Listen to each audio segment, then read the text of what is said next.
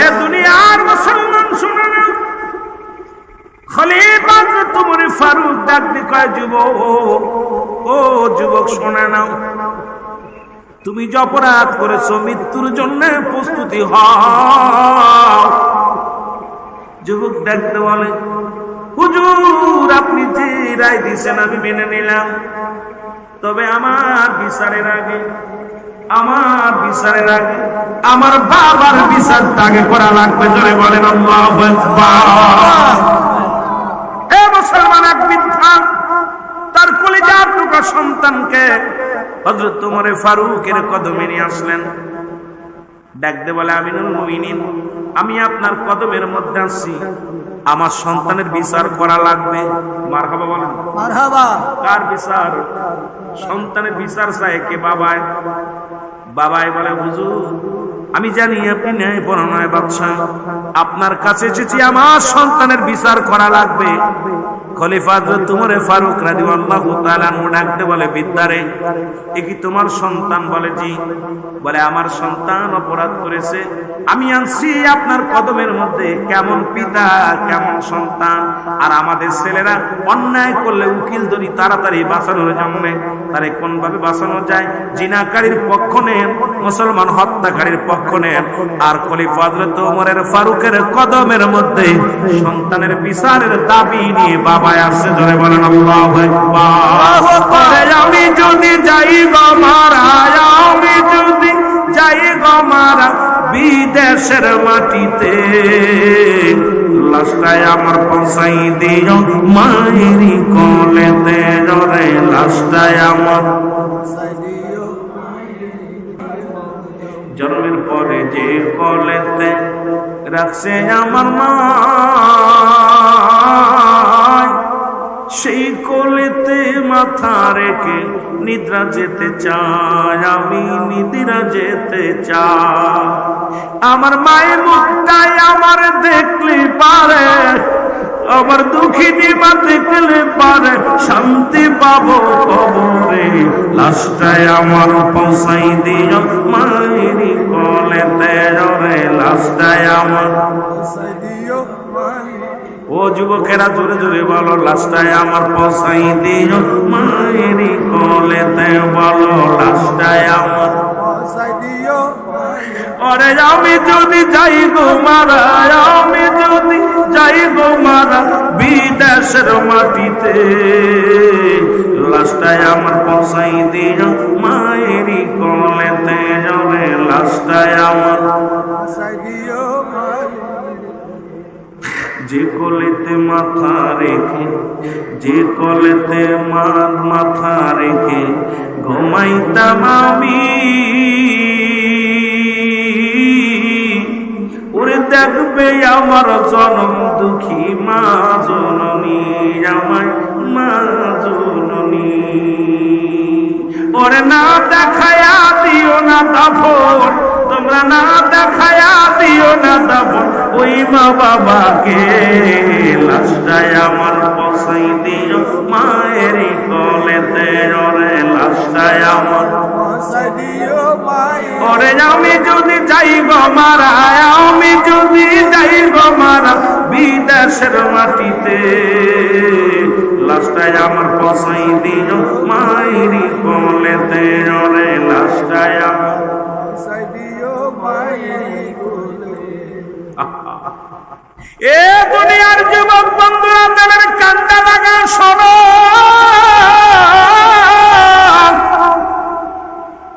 হযরত ওমর ফারুক রাদিয়াল্লাহু তাআলা আনহু ডাকতে কয়, বিদ্যারে তুমি তোমার ছেলের বিচারের জন্য আনছো, কি অন্যায় করেছে? হুজুর আমার ছেলে 3টা অপরাধ করছে। কয়টা অপরাধ? 1 নাম্বার অপরাধ, সে মানুষ হত্যা করছে। এটা পাপ কি ছোট না বড়? এর প্রতিনিয়ত ফেসবুকের মধ্যে দেখি কেমনে মানুষ হইয়া মানুষকে হত্যা করেন, কেমনে মানুষ হয়ে এক মানুষের গায়ে কামড়, একটা কেমনে আঘাত করে, কেমনে গুলি চালায়। গত 2 দিন পরে একটা নিউজ দেখি, পাবনা সাদিয়ার মধ্যে মুসলমান ব্যাংক থেকে টাকা উত্তোলন করে ভাই ফিরতেছিলেন। জীবিত মানুষের দুটি হাত কেটে নিলেন, দুটি পা কেটে নিলেন। দুনিয়ার মধ্যে মানুষ যেমন গরু জবাই করে তার অঙ্গ প্রত্যঙ্গ যেমনি ছাড়া দেয়, আরে নিষ্ঠুর মানুষগুলো একবারও কবরে চিন্তা করে নাই। এই মানুষগুলো, ও দুনিয়ার যুবক বন্ধুরা, এই মানুষগুলো অমানুষ। পৃথিবীর মধ্যে জন্মের পর থেকে শুনেছিলাম মায়ে বলতো বাবা মানুষের মতো মানুষ হইতে হবে, বাবাই বলতো মানুষের মতো মানুষ হইতে হবে, দাদাই বলতো মানুষের মতো মানুষ হইতে হবে, উস্তাদ বলতো মানুষের মতো মানুষ হইতে হবে। আমি ভাবতাম কেন মানুষের মতো মানুষ হইতে বলে? বাবারও হাত পা আছে, মায়েরও হাত পা আছে, শিক্ষকেরও হাত পা আছে, তবে আমি কি মানুষ নয়? এখন বুঝতে পারি কেন মানুষ হতে বলেছিল। আজকে দুনিয়ার মধ্যে যারা মানুষ হইয়া বিদেশ থেকে ডিগ্রি আনিয়া মুসলমান শোনো বিদেশ থেকে পিএইচডি করিয়া এই দুনিয়ার মধ্যে যারা বড় বড় অফিসার হইয়া অফিসে বসে সুদ খায় আর ঘুষ খায়, এরা মানুষ কি অমানুষ? বলেন মানুষ কি অমানুষ?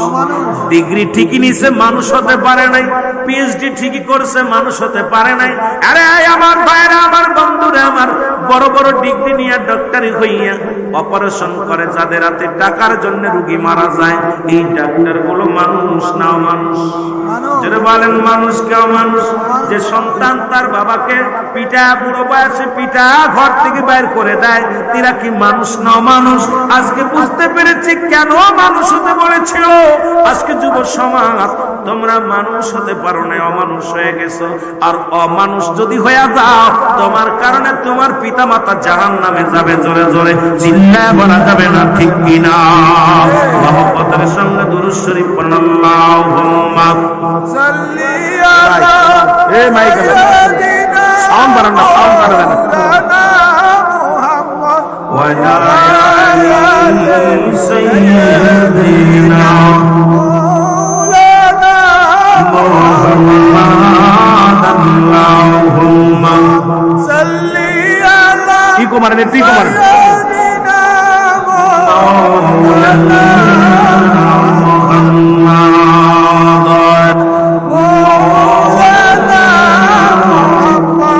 এ ভাইরা আমার বন্ধুরা, হযরত ওমর ফারুক রাদিয়াল্লাহু তাআলা আনহু ডাক দিয়ে কয়, বিদ্যা প্রথম অপরাধ কি বলে? এক নাম্বার অপরাধ মানুষ হত্যা করছে। হযরত ওমর ফারুক রাদিয়াল্লাহু তাআলা আনহুর চোখ দুটি বড় গরম হয়ে গেছে, রাগে টকবক দেওখানা। দ্বিতীয় নাম্বার অপরাধ, কামার ছেলে দুনিয়ার মধ্যে মাদক সেবন করে, অপরাধ কি ছোট না বড়?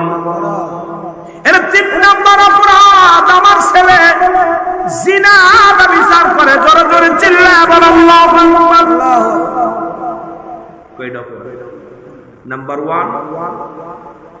ওয়ান মানুষ হত্যা করছে, 2 নাম্বার মাদক সেবন করে, 3 নাম্বার জিনা ব্যভিচার করে।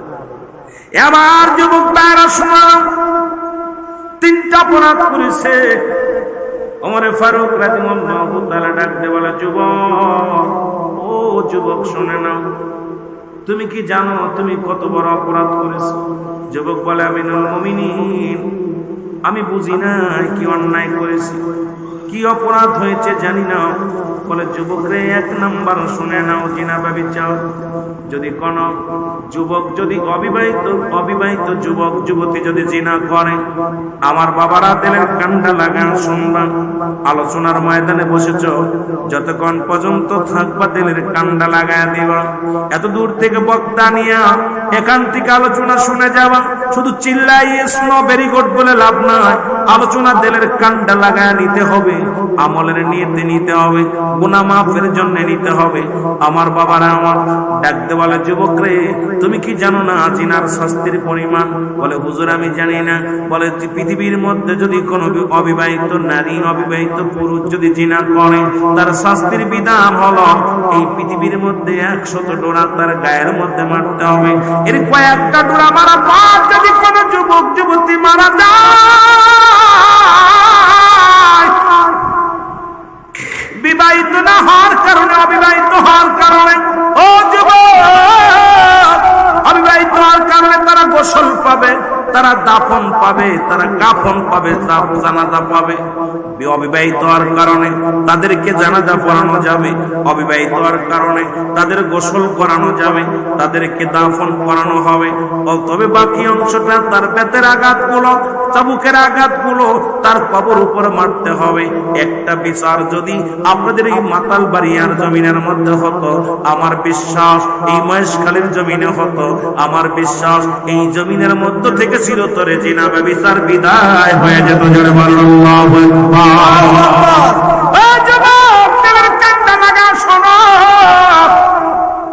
আজকে ফেসবুক খুললে দেখি এর বউ নিয়ে গেছে খালি পারকেরই আজরে কোন ঠিক।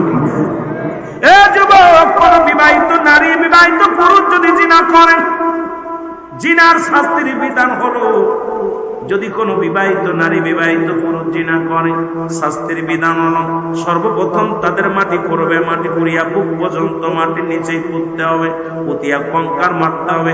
যতক্ষণ পর্যন্ত মৃত্যুবরণ না করবেন, যতক্ষণ পর্যন্ত মৃত্যু না হয়, ততক্ষণ পর্যন্ত তাদের পাথর সুরে মারতে হবে। পাথর, ইট, পাটকেল যা পাবেন সুরে মারবেন। যখন নিশ্চিত হয়ে যাবেন মারা গেছে, মারা গেলে তার মাটি করে উঠাইতে হবে। উঠাইয়া তার কি করতে হবে? বিবাহিত নারী বিবাহিত পুরুষ কোনো জানাজা পাবে না, বিবাহিত নারী বিবাহিত পুরুষ কোনো কাফন পাবে না, বিবাহিত নারী বিবাহিত পুরুষ কোনো দাফন পাবে না। দিবালায় মানুষের সামনে কুকুর শিয়াল দিয়ে তাদের লাশটা খাওয়াই দিতে হবে। আজকে যদি এই মাতাব্বাড়িয়ার জমিনের মধ্যে যদি একটা লাশ, একটা নারী পুরুষকে এইরকম বিচার করা হতো, আল্লাহর কসম করে বলি, আল্লাহর কসম করে বলি, এই জমিনের মধ্যে, চট্টগ্রামের মধ্যে, ও মুসলমান মহেশখালীর মধ্যে জিনা ব্যভিচার চিরতরে বন্ধ হয়ে যেত। জোরে বলেন ঠিক কিনা? কোন বিবাহিত নারী বিবাহিত পুরুষ জিনাকারী সে দাফন পাবে না, কাফন পাবে না, জানাজা পড়া যাবে না, তাকে মাটি দিতে পারবেন, তাকে গোরস্থানে মাটি দেওয়া যাবে। কথা বুঝলেন? ওয়া সারা জীবন শুনতেছেন, যুব সমাজ কেন পরিবর্তন হয় না? হাসি রহস্য ওয়াজের ময়দান হাসি তামাশার ময়দান নয়। এই ময়দানটা হবে ইমানি ময়দান। এই ময়দানে শুধু আওয়াজ হবে ইমানের আওয়াজ। এই ময়দান থেকে এত আওয়াজ হচ্ছে, মানুষ পরিবর্তন হয় না। কেন হচ্ছে না? কারণ আমার নিজের পরিবর্তন নাই। নিজেই জিনা ব্যভিচারের মধ্যে, বেনামাজির মধ্যে, জুলুমের মধ্যে, অন্যায়ের মধ্যে জড়িত আছে। জোরে বলেন ঠিক কিনা? আমার ভাইয়েরা, আমার বন্ধুরা, খলিফা ওমর ফারুক রাদিয়াল্লাহু তাআলা ডাক দিয়ে বলে, যুবক, এই অপরাধের জন্য তোমার মৃত্যুদণ্ড। বলে, হুজুর মেনে নিলাম, আপনি যে রায় দিবেন আমি জানি আপনি ন্যায় পরায়ণ বাদশাহ। আপনার কাছে আমি অন্যায় বিচার পাবো না, আপনার কাছে আমি ন্যায় বিচার পাবো। মাথা পেতে মেনে নিলাম। 2 নাম্বার অপরাধ, বলে 2 নাম্বার অপরাধ, তুমি মানুষ হত্যা করেছো, হত্যার মধ্যে হত্যা মহাপাপ। বলে, হুজুর মেনে নিলাম। 3 নাম্বার অপরাধ, তুমি মাদক সেবন করেছো, এটার জন্য তুমি দণ্ডনীয় অপরাধ। বলে, হুজুর মেনে নিলাম। কারণ অধিক পরিমাণ আজকে দুনিয়ার মধ্যে অনেক গাঁজাখোর মদখোরের বিরুদ্ধে ওয়াজ করে, কিন্তু এই জর্দাখোরের বিরুদ্ধে ওয়াজ হয় না, বিড়িখোরের বিরুদ্ধে ওয়াজ হয় না। হাজার হাজার আলেমরা এখন জর্দার মধ্যে, নিশার মধ্যে জড়িত আছে, ও ওয়াজ করবে কি? অনেক মসজিদের ইমাম সাহেব এত অনেক জর্দা ছাড়া চলে না, অনেক বক্তা জর্দা খায় আর ওয়াজ করে, বিড়ির বিরুদ্ধে ওয়াজ করে। আমার ফতোয়া শুনে নেন মুসলমান, আমি এটা হারাম বলবো না। বিড়ির চাইতে ক্ষতিকারক হলো জর্দা, এটা হলো মাকরুহ। এ মুসলমান, এটা মুবাহ, অপছন্দনীয়। অধিক পরিমাণ মাকরুহ সেবন করলে সগীরা গুনাহ, সগীরা গুনাহকে ছোট করে দেখলে কবিরা গুনাহ, কবিরা গুনাহকারী জাহান্নামী। সুতরাং নিজেই তো জাহান্নামের মধ্যে থাকে, তুমি কি ওয়াজ করবা? কারণ নিজেই তুমি পাদের মধ্যে আছো, আরেকজনকে কেমনে বাঁচাইবা? ধরে বলেন ঠিক কিনা? কথা কি বলবেন? আমার দেশে জর্দাখোর, বিড়ি আপনার বারণ নেই, ও তো বিড়ি উড়াই দিচ্ছে বাতাস, কিন্তু ও তো জর্দা এত অনেক পানির ভিতর নিয়ে খাচ্ছে আর বিড়ির বিরুদ্ধে ওয়াজ করে। ঠিক কিনা? আয় বলবি, নিজে কন্ট্রোল হ, কারণ ওটাও বিড়ি খাওয়া মাকরুহ, জর্দা খাওয়া মাকরুহ। জোরে বলেন ঠিক কিনা? তুমি জর্দা ছাড়তে পারো নাই, বিড়ি ছাড়বে কেমন? এই জন্য আমার সমাজ বাঁচাইতে হলে অ্যারিস্টটল, সক্রেটিস বই লেখাবার বললেন, নো তাইসেল, নিজেকে নিজে চিনতে হবে। মান আরাফান নাফস, নিজের নফসকে চিনতে হবে। কলবুস সালিম, আত্মাটাকে প্রসিদ্ধ করতে হবে। কিন্তু আমরা খালি অন্যের পাশ ঘুমাইতেছি, নিজে সচেতন হইতেছি না, নিজে বাঁচার জন্য নিজে বাঁচতেছি না, খালি পরের বলতেছি। কারণটা কি ভাই? এই জন্য আমাদের দেশে এখন ওয়াজ হয়, পরিবর্তন নেই, ঠিক কিনা? আগের যুগের বক্তারা এত হাদিস কোরআন পড়তো না, এত মারামারি হতো না। এখন খালি মিলাদ কেমনে মারামারি, নূর আর মাটি নিয়ে মারামারি, আর সুন্নি আর ওহাবি গুতগুতি।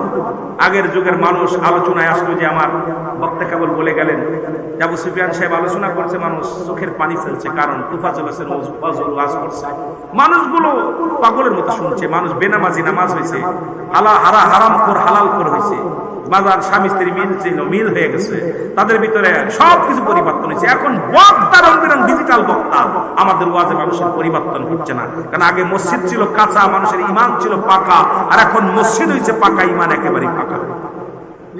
যদি বলেন ঠিক কিনা? এখন এসির মধ্যে লোক থাকে না, কেন থাকবে? কারণ ইমাম সাহেব তো নিজেই যেটা বলছে নিজেই পালন করি না।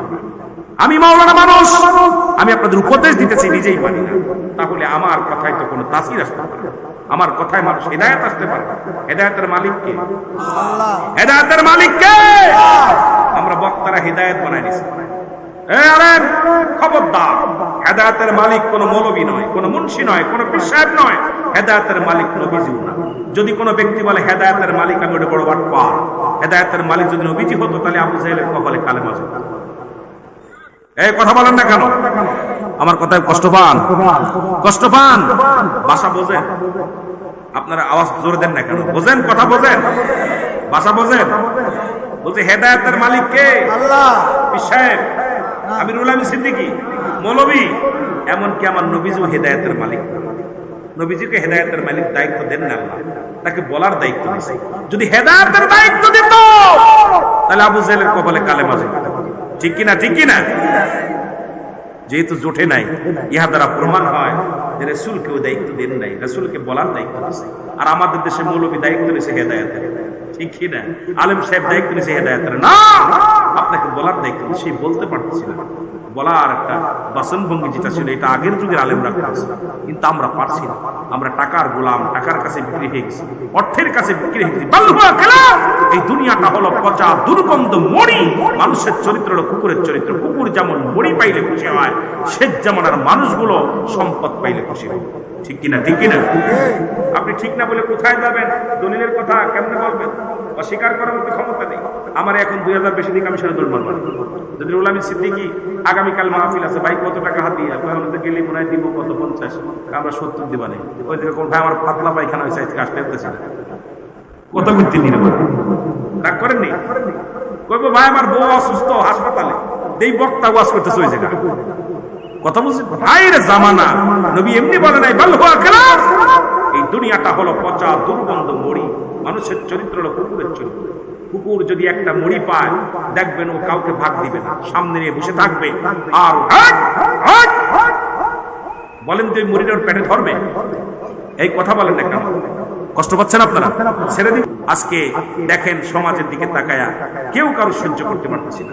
এ কয় আমার লম্বা টুপি, ও কয় সোহ টুপি, ও কয় গোল টুপি, ও কয় লম্বা টুপি পাগড়ি, ও কয় 7 হাত, ও কয় 3 হাত, ও কয় মিসাক কর, ও কয় বিরাজ কর, ও কইতেছে দাড়ি লম্বা করে, ও কয় ছোট কর। এই যে ফিতনার জামানা আছে, এই জামানায় ঈমান বাঁচায় কবরে যাওয়া বড় কঠিন। জোরে বলেন ঠিক কিনা? এর দুর্নীতির ওই যাত্রায় বসে জাহির করে জ্ঞান, কলম দিয়া কামাই টাকা, আবার ধরে সাধুর ভান। ওরা শিক্ষিত শয়তান, ওরা শিক্ষিত শয়তান, ওরা শিক্ষিত শয়তান, ওরা শিক্ষিত শয়তান। আরো জোরে বলেন, ওরা শিক্ষিত শয়তান, ওরা শিক্ষিত শয়তান। দুর্নীতির ওই যাত্রায় বসে জাহির করে জ্ঞান, কলম দিয়া কামাই টাকা। এ দুনিয়ার মুসলমান শুনে না, খলিফা তোমার ফারুক ডাক দি কয়, যুবক, ও যুবক শোনে নাও, তুমি যে অপরাধ করেছো, মৃত্যুর জন্য প্রস্তুতি হও। যুবক ডাকতে বলে, হুজুর আপনি যে রায় দিয়েছেন আমি মেনে নিলাম, তবে আমার বিচারের আগে আমার বিচারের আগে আমার বাবার বিচার তাকে করা লাগবে। জোরে বলেন আল্লাহু আকবার। এ যুবকরা ওয়াজ ভালো করে শুনিস এবার। আপনার বিচার আমি মানি, মৃত্যুদণ্ড দিবেন স্বীকার করে নিলাম, মেনে নিলাম, তবে আমার বিচারের আগে আমার বাবার বিচার করা লাগবে। কার বিচার? বাবা। যারা বলেন কার বিচার? বাবা। খলিফাতুল উমর ফারুক রাদিয়াল্লাহু তাআলা ডাকতে বলে, যুবক তুমি কি জানো না উনি তোমার কি হয়? কয় বাবা হয়। তুমি কার বিরুদ্ধে অভিযোগ করো? কার বিরুদ্ধে অভিযোগ করো? কারণ রাসূল তো মা বাবার প্রতি কেমন সহানুভূতি করতে বলেছে, মুসলমান রাসূল তো সব জানায়া দিয়ে গেছে। নবীজি মা বাবার কথা বলতে চাইয়া রাসূল নিজের মার কথা, নিজের বাবার কথাগুলো রাসূল কেমনে রাসূল সাহাবীদের ভিতরে বর্ণনা করেছে। পিতা মাতার হকের কথা বলতে চাইয়া রাসূল বিনায়া বিনায়া চোখের পানিগুলো ছেড়ে দিয়েছে। মার কথা মনে করে নবী চোখের পানি ধরে রাখতে পারে নাই। রাসূল আমার চোখের পানিগুলো দরদর করে জমিনের মধ্যে ছেড়ে দিয়েছে। যারা আল্লাহু আকবার। খলিফাতুল উমর ফারুক দেখতে বলে, যুবক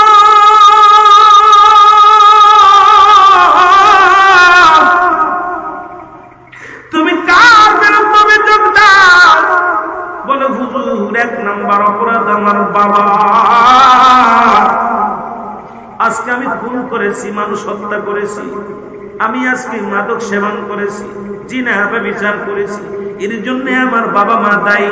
এক নাম্বার অপরাধ আমার বাবার, সে আমাকে একটা ভালো মা দেয় নাই। এক নাম্বার অপরাধ আমার বাবার, সে যদি একটা ভালো মা আমাকে দিত, ওই আদর্শ মার সন্তান আমি কোনোদিন অন্যায় পথে যাইতে পারতাম না।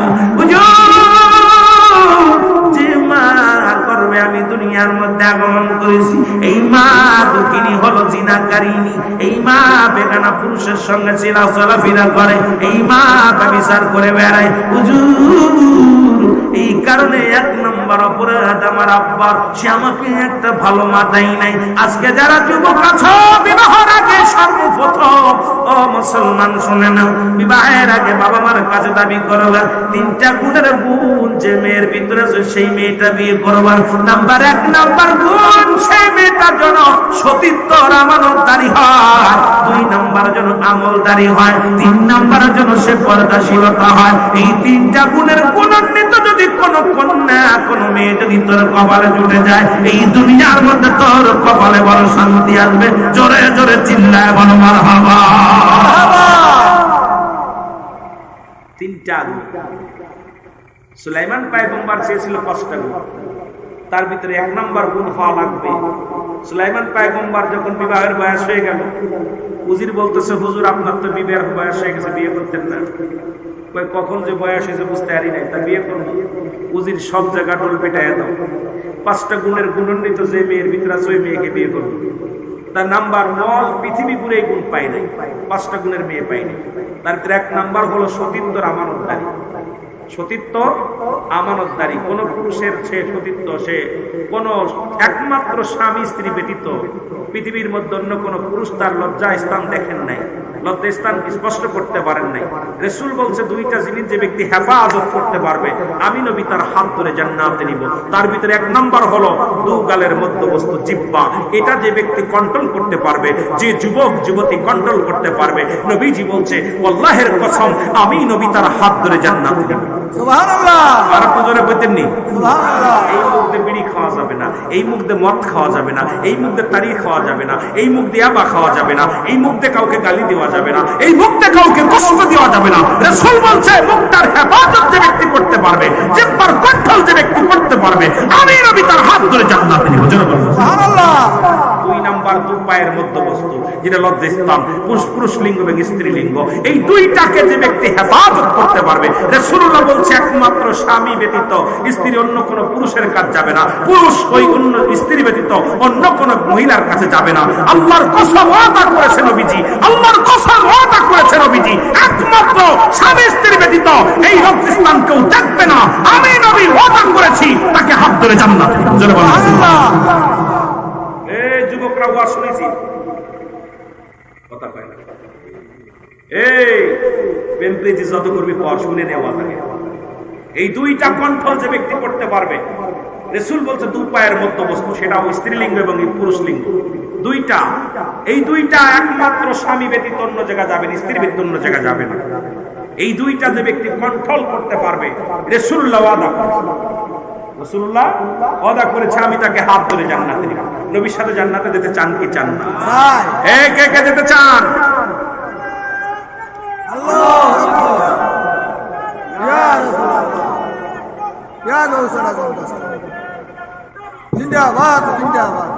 আমিন বলেন, আমিন বলেন। যারা অন্যায় গুলো করেছেন তওবা করবেন, তওবা করবেন বয়া বয়া, আল্লাহর দরবারে কান্না। রাসূলের দরবারে মুসলমান শুনে ওয়াজ কিন্তু কই রাখলাম মনে রাখবেন, যেহেতু মাইকের কন্ডিশন আমি পারছি না মাইকের লোক, এই জন্য গল্প আকারে ওয়াজ করতে হবে। যুবক বন্ধুরা শুনেন, রহমতের নবীর কদমের মধ্যে যুবক এসে বলে, নবী গো, ইয়া রাসূলুল্লাহ, ইয়া হাবিবাল্লাহ, নবী গো, আমারে কি মাওলা মাফ করবো, আমারে কি মাফ করবো? নবী কয়, যুবকরে তওবা কর, তওবাকারী আল্লাহ ভালোবাসে, মাফ করে দেয়। যুবক কান্দে আর বলে, নবী গো,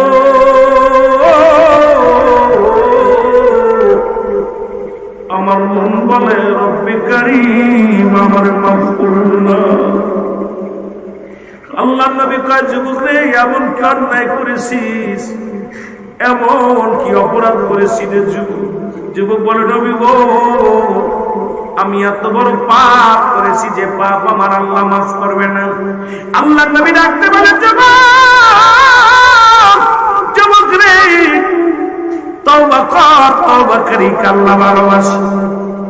ও আমার যুবক বাবারা, ফিরে আয়, তোদের পায়ে ধরে বলে আজকের মাহফিলে বসে বসে বারবার ডাকি, ফিরে আয়। যুবক কান্দে আর বলে, নবী গো, ইয়া রাসূলুল্লাহ, ইয়া হাবিবাল্লাহ, নবী গো, আমার মন বলে আমার গুনাহ মাফ হবে না। আমার নবী কয়, তো বলতে তওবা কর। নবী বলে, তওবা কর। যুবক বলে, হুজুর, আমি যতই তওবা করি আমার গুনাহ আল্লাহ মাফ করবে না। আল্লাহর নবী কয়, যুবক রে, কি এত বড় অপরাধ করেছিস বল? নবী গো, আপনি জানেন মক্কা মদিনায় কবর থেকে কাপড়ের কাপড় চুরি হয়।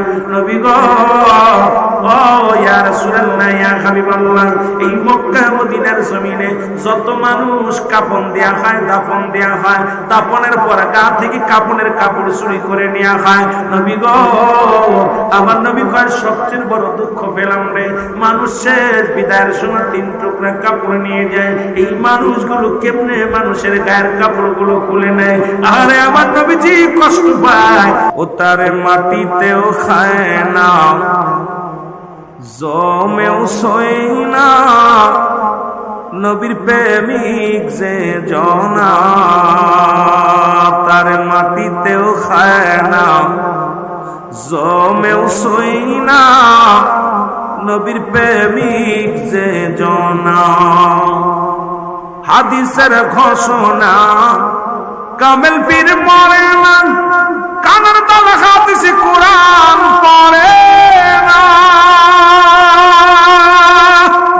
কামেল পীর যে জনে মরণ নাই সংসারে, দেখো না হাদিসে কোরআন খুঁজিয়া, তার মাটিতেও খায় না, জমেও সই না, নবীর প্রেমিক যে জনা।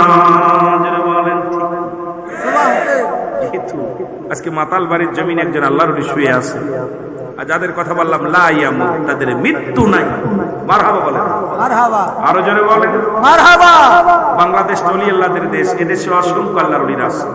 বাবারে, আমার একটু ওয়াজটার মাইকটা সাউন্ড বাড়ায় রেখে, আমার যেন গলা না খায়। বলতেছিলাম, ওখানে প্রায় 2.5 ঘন্টা আলোচনা করে আসছি, নিজে খুব কষ্ট, টাইট হয়ে গেছে, কথা বুঝলেন? ওই জায়গার মাইক খুব কষ্ট দিছে আমাকে। এরপরে আর বড় মাঠ কানায় কানায় ভর, শ্রোতাদের তার ফাঁকি দিতে পারি না, কারণ শ্রোতা ছাড়ে না, একটা ওঠে না। আমি উঠাউঠি করলে ছেড়ে দিব, বিপদ। এই জন্য বাবা আপনারা যদি এরকম কষ্ট দেন তাহলে আরো কষ্ট হইব, কারণ কেবল বুকে আসছে, আমি তো একটা মানুষ। তো বিশেষ করে বলতেছিলাম, একটা দেশ হলো সোনার মদিনা, একটা দেশ হলো সোনার বাংলা। এক দেশে আগমন করেছে রাহমাতাল লিল আলামিন, অসংখ্য নবী, আর এক দেশে আগমন করেছে অসংখ্য আল্লাহর ওলি। জোরে বলেন ঠিক কিনা? আরো জোরে বলেন ঠিক কিনা?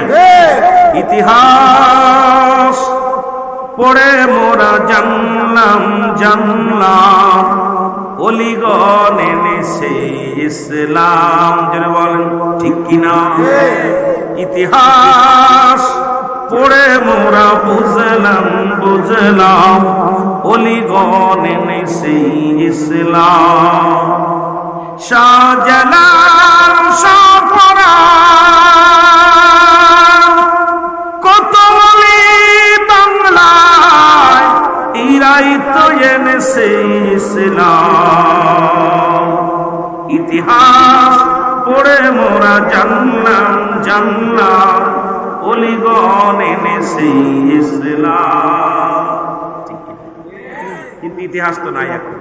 ইতিহাসে আছে এখন বানর থেকে কেমনে মানুষ হলো, সমগামী কেমনে করতে হয়, এগুলো আগে তো আল্লাহর ওলিদের জীবনী, সাহাবীদের জীবনী, নবীদের জীবনী আমরা পাঠ্য বইয়ে পেয়েছি। এখন পাই বানর থেকে কেমনে মানুষ হয়। জোরে বলেন ঠিক কিনা? এ দুনিয়ার মুসলমান গভীর মনোযোগ। রব্বুল আলামিন আপনাকে আমাকে রিয়াজুল জান্নাহ বেহেশতের বাগানে আসার মতো বসার মতো সুযোগ দান করল। এই সময় কত মানুষ জেলখানায়, কত মানুষ হাসপাতালে, কত মানুষ মৃত্যু শয্যায় সজ্জিত। রব্বুল আলামিন জেলখানায় নেন নাই, হাসপাতালে নেন নাই, সুন্দর পরিবেশ রিয়াজুল জান্নাহ বেহেশতের বাগানে বসার মতো সুযোগ দান করল। উচ্চ কণ্ঠে আওয়াজ দিয়ে চিল্লায় বলেন আলহামদুলিল্লাহ, আলহামদুলিল্লাহ। এ ভাইরা আমার, বন্ধুরা আমার, যুবক বয়স, যুবকদের আলোচনা দিয়েছিল আমার আগের ভাইকে। যদি উনি আলোচনা দেখলাম, আমি যতদূর আসলাম কবর নামাজের দিকে আলোচনা করেছে।